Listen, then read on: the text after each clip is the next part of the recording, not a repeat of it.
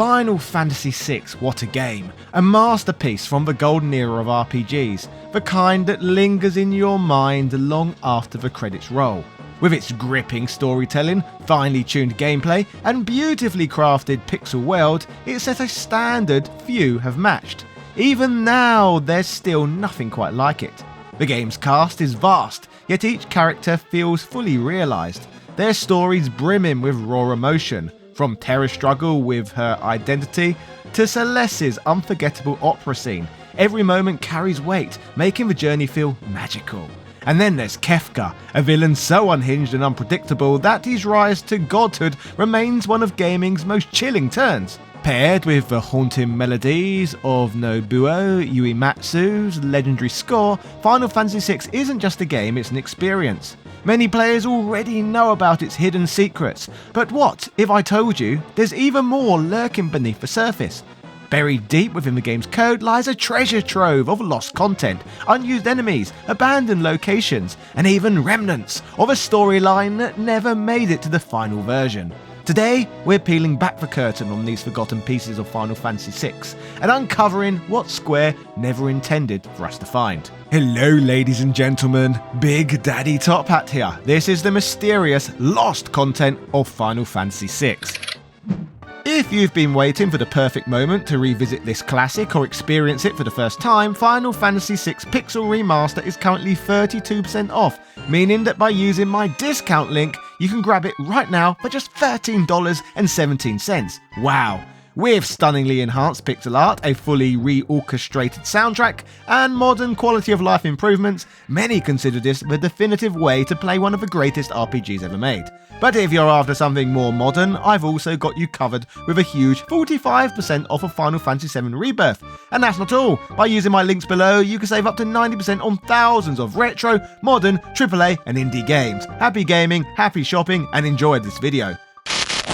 While the Pixel Remaster remains the latest iteration of the game, the title of course achieved its legendary status on the Super Nintendo, before later appearing on the PlayStation and Game Boy Advance, a version that received new content. So there will be jumping between different editions throughout this video. The CuttingRoomFloor.net is an absolute goldmine for compiling cut content from this game, making it a fantastic resource for uncovering these lost fragments of Final Fantasy VI history. So let's discuss some of the coolest and quirkiest unused features they list. The page lists the Czar Dragon as perhaps one of the most well-known of Final Fantasy VI's dummied out monsters. According to Final Fantasy.fandom, the Czar Dragon, also referred to as the Kaiser Dragon, is an unused super boss found within the data of the Super Nintendo version of the game. While it cannot be encountered through normal gameplay, modifying the game's code allows players to battle it. Evidence suggests that the Czar Dragon was fairly deep into development. It has a pre-written taunt message that was even translated for the English release, along with the standard boss immunities and respectable stats. However, its attack script remains incomplete, consisting solely of basic physical attacks. Various fan modifications have made the Czar Dragon a fightable opponent, though most simply apply the attack script of the Kaiser Dragon from the Game Boy Advance and later 2014 versions. Over the years, rumours have circulated about ways to trigger the battle in the SNES version, such as petrifying the Blue Dragon, but none hold any truth, especially since the Blue Dragon is immune to petrify. Interestingly, an identical version of the Czar Dragon remains in the data of the Advance and 2014 releases, with an updated sprite in the latter. This is likely a byproduct of porting data from the SNES version to the GBA, with the leftover assets preserved to prevent potential bugs. Regardless of the reason, the existence of the Tsar remains an interesting tidbit of Final Fantasy trivia. As mentioned, Final Fantasy VI is packed with secrets, and that includes its hidden characters, powerful allies that most players can easily miss. From a wandering swordsman with a tragic past to a wild child raised among monsters, these optional party members add extra depth to an already incredible cast.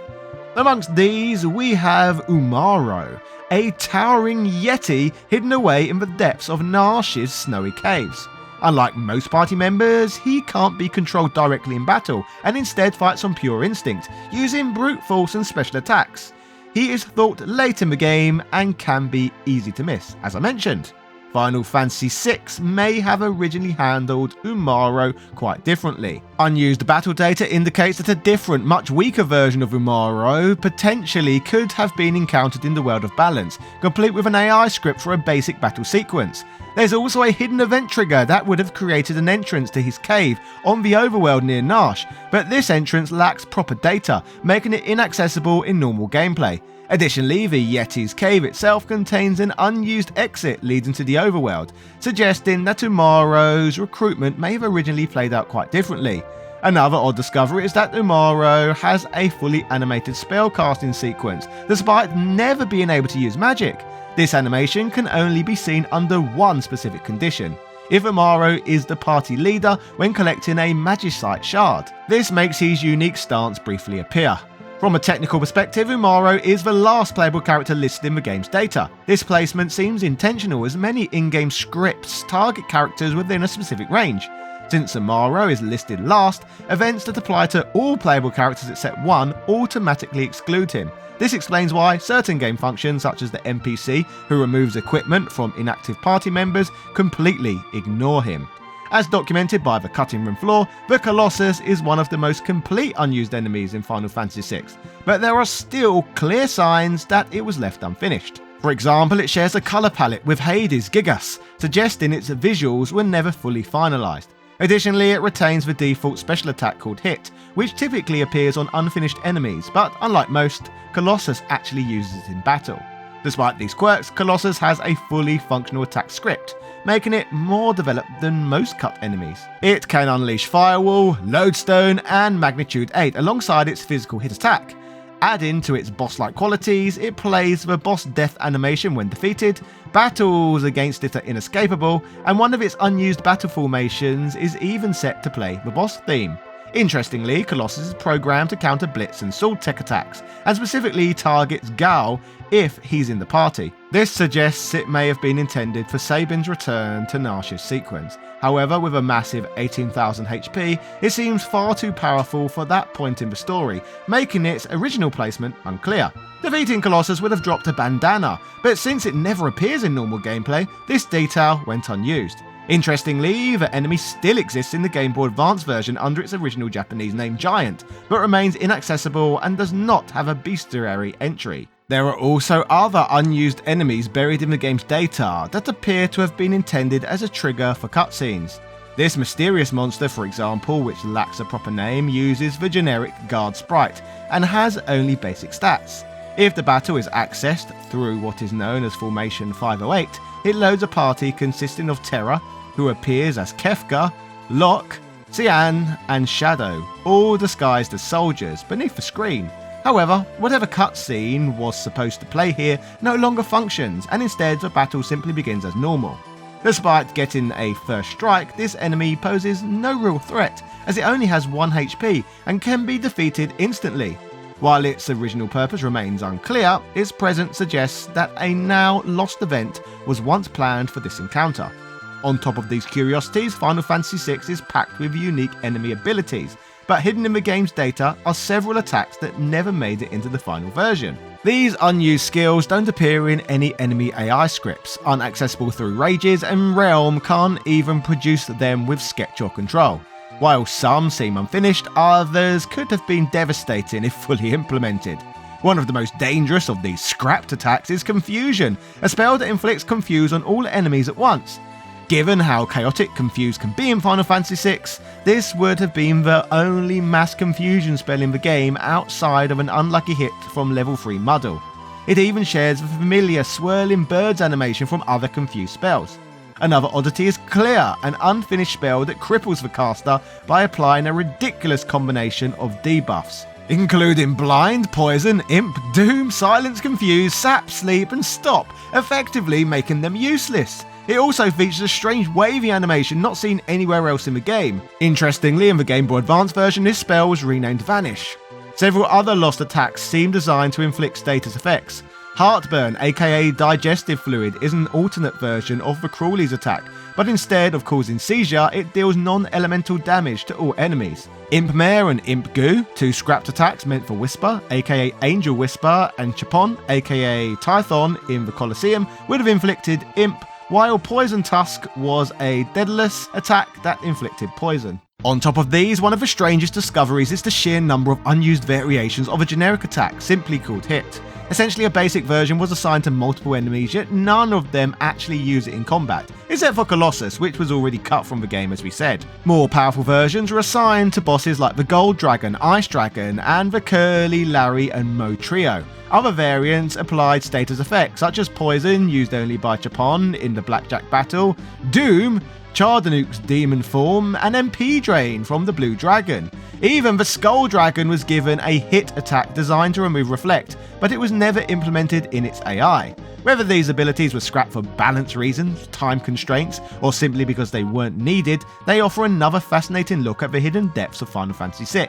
Some could have changed the game's difficulty, while others are just bizarre relics of a development process filled with experimentation. Expanding on this title's mysterious cut content, Final Fantasy VI contains several items that, for one reason or another, were never meant to be found by players. Some seem to be remnants of scrapped quests, while others are a result of programming oversight. Several unused key items remain hidden in the game's data, including an autograph, manicure, and opera record, all of which appear to be tied to the Opera House sequence. This suggests that at some point, there may have been additional interactions or an expanded side quest in this storyline. Other lost items, like the Eerie Stone, could have been intended as a magicite before the player fully understood their purpose, while the Odd Picture and Dull Picture may have been linked to Owser's house, possibly as part of Realm's recruitment in the World of Ruin. However, none of these items serve a purpose in the final game, leaving their intended role a mystery. A more frustrating oversight occurs aboard the Phantom Train, where a fairy ring accessory is technically present but completely unobtainable. Due to how item placement works in this room, players can collect a hidden tent, but the fairy ring is blocked by furniture and cannot be reached, unless hacked or accessed with walk-through wall codes. This was later fixed in the iOS and Steam versions, though the item was replaced with a tonic instead. Another item that players were meant to receive but never did is the Behemoth suit, which was supposed to drop 100% of the time after defeating the Behemoth King. However, due to a glitch in how the game transitions between the living and undead versions of this enemy, the suit never appears. Instead, players receive items like the Thunderblade or Jewel Ring, depending on the version of the game. After many years, this mistake was finally corrected in the Game Boy Advance release. A similar issue affects Dullahan, a boss fought early in the World of Ruin. This enemy technically has an X potion and a Genji glove available to steal, but due to the forced party lineup, there is no way to steal them, as Locke and Go-Go are unavailable at this point in the game. As a result, these items are completely inaccessible. However, in the Game Boy Advance port, Dullahan appears in the Soul Shrine, where he can finally be stolen from. A smaller but still amusing oversight occurs in Nash, where a pair of sprint shoes are located one tile out of bounds in Arvis's house, making them impossible to pick up. Whether this was a simple mapping mistake or an intentionally scrapped item is unknown though. Finally, one of the game's more unique mechanics, Ragnarok's Metamorph ability, was designed to transform enemies into one of 4 items from a preset list. However, despite the relatively small number of Metamorph sets, 3 of them were never used. The most notable of these scrapped item sets contains an X-Ether, an item that is otherwise extremely rare in the game. Why these extra sets were removed remains unknown, but it's yet another way Final Fantasy VI could have played out a little differently. One of Final Fantasy VI's most unique mechanics is Gaul's Rage ability, which works a little differently from the special skills other characters have. While many party members get commands like Blitz, Lore, or Tools, Rage allows Gaul to mimic the abilities of enemies he encountered on the Veld, permanently adding them to his arsenal. Once a Rage is selected in battle, Gaul takes on the properties of that monster, using its attacks and even adopting its strengths and weaknesses. Because of how Rages are learned, Gaul is limited to the enemies that can appear on the Veld, which means that if an enemy isn't programmed to show up there, its Rage is unobtainable. As a result, there are a handful of Rages in the game's data that were fully programmed but can never actually be used in normal gameplay. One of these is Siegfried's Rage, linked to the more powerful Colosseum version of the character rather than the weaker one found in the Phantom Train. Since enemies from the Colosseum don't appear on the Veld, this Rage is completely inaccessible. If it were usable, it would grant Gaul the Flare spell, but at a steep cost. He'd become weak to all 8 elements.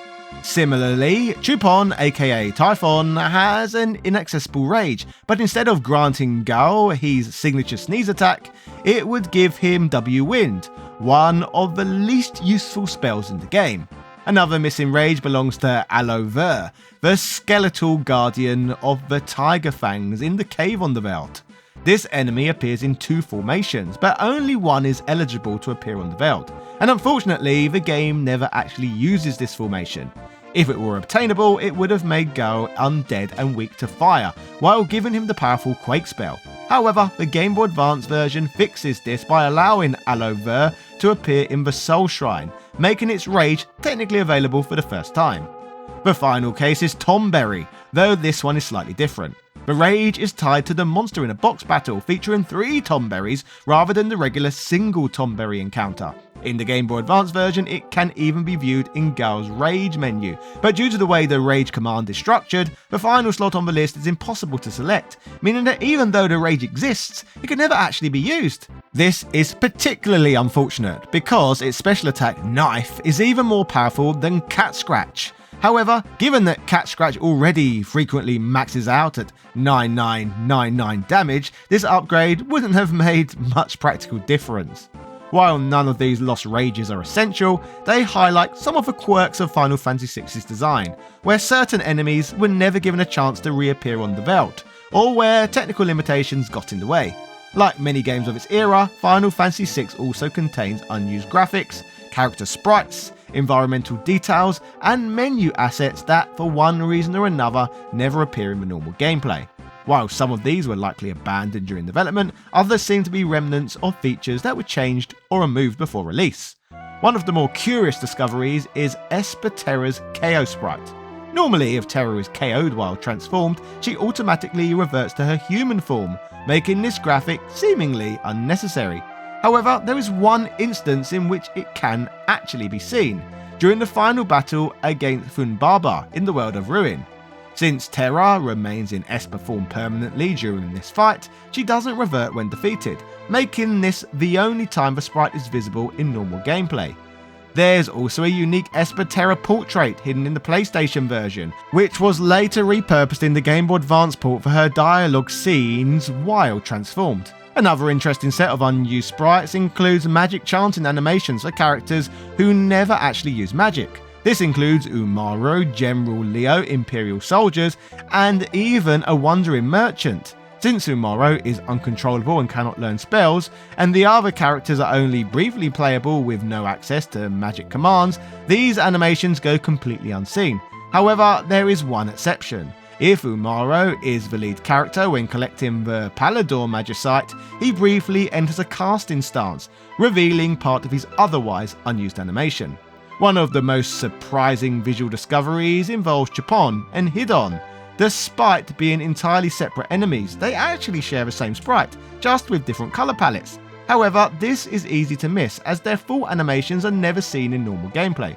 Chupon is only visible from the side when he appears during the floating continent sequence, while Hidon's forward-facing sprite is partially obscured in the battle.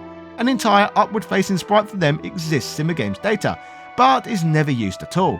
There are also a few interesting environmental graphics that hint at possible cut content. A closed gate exists within the standard village tile set, but in the final game, every gate is permanently open, meaning that this graphic was never used. A similar case exists with the skull switches found in caves.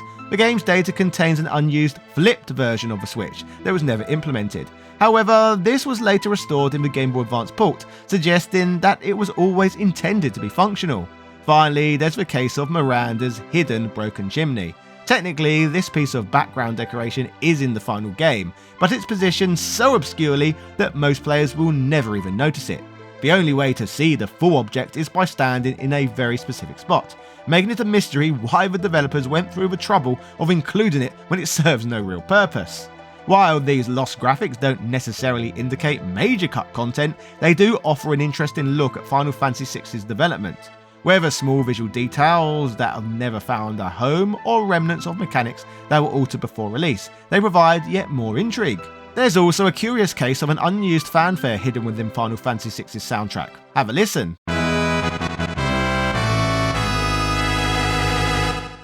You might recognise this jingle because this short triumphant piece of music was previously used as the important item theme in earlier games like Final Fantasy 1, 2, 3 and 5, but for some reason it was left out of 6.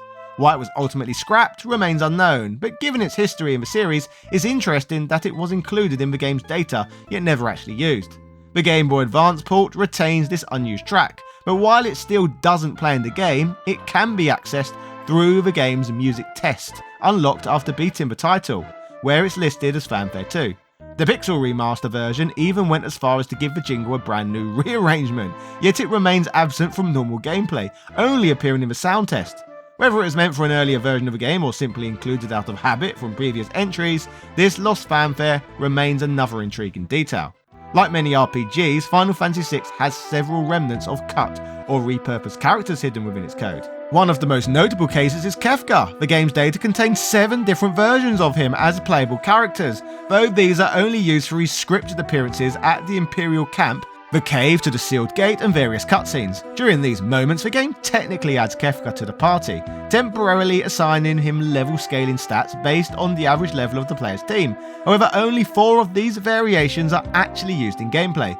The weakest version appears at the Imperial camp and during Terra's flashback. A slightly stronger version is used for the battle at the sealed gate, and the most overpowered version with absurdly high stats and a paladin shield fights the Ifrit palette swap in Tomasa. Building on these, another version identical in stats to the sealed gate fight is used in the scripted duel with General Leo. The remaining 3 Kefka copies are left unused, with some being completely unequipped. However, it is technically possible to hack Kefka into the party, but attempting to use him in battle softlocks the game. Interestingly, while Kefka lacks a character portrait in the original release, defaulting to Terra's portrait, this was changed in the Game Boy Advance version, where the game's updated dialogue system gives him a proper portrait, which was in my opinion a wonderful addition. Another surprising case is Maduin, Terra's father, who is briefly playable during the flashback sequence in Esper World. Normally, he never enters combat, as the menu is disabled during this segment. However, the game still assigns him fully developed stats and a basic command set, including fight and item. Unlike Kefka, he wouldn't crash the game if made playable in battle, though his stats are unlikely to be balanced for normal encounters.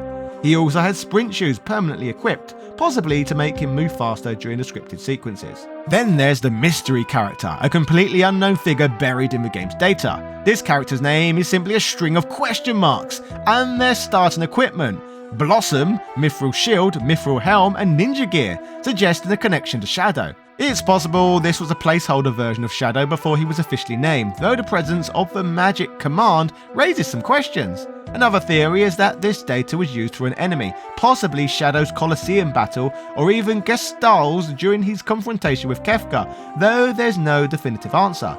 At the very end of the game's character data, there are also 16 unused names, which might have been placeholders for additional party members or NPCs. None of these characters actually exist in the game, but their names include Talk, Jade, Custer, Fabian, Drake, Sarah, Case, Searly, Ray, Riker, Lance, Bob, Pepper, Tao, Victor, and Ho. Interestingly, in the original Super Famicom version, these names are linked to gods from the tabletop RPG RuneQuest, which was popular in Japan when Final Fantasy VI was in development. Whether these were meant to reference something, or if they were simply filler text left by the developers, remains unknown. To this day, Final Fantasy VI remains a subject of mystery and intrigue. Don't forget, Final Fantasy VI Pixel Remaster is currently 32% off, meaning that by using my discount link, you can grab it right now for just $13.17. And if you're after something more modern, I've got you covered with a huge 45% discount on Final Fantasy VII Rebirth. And that's not all. By using my links below, you can save up to 90% on thousands of retro, modern AAA and indie games. Treat yourself, happy gaming, and happy shopping. Cheerio!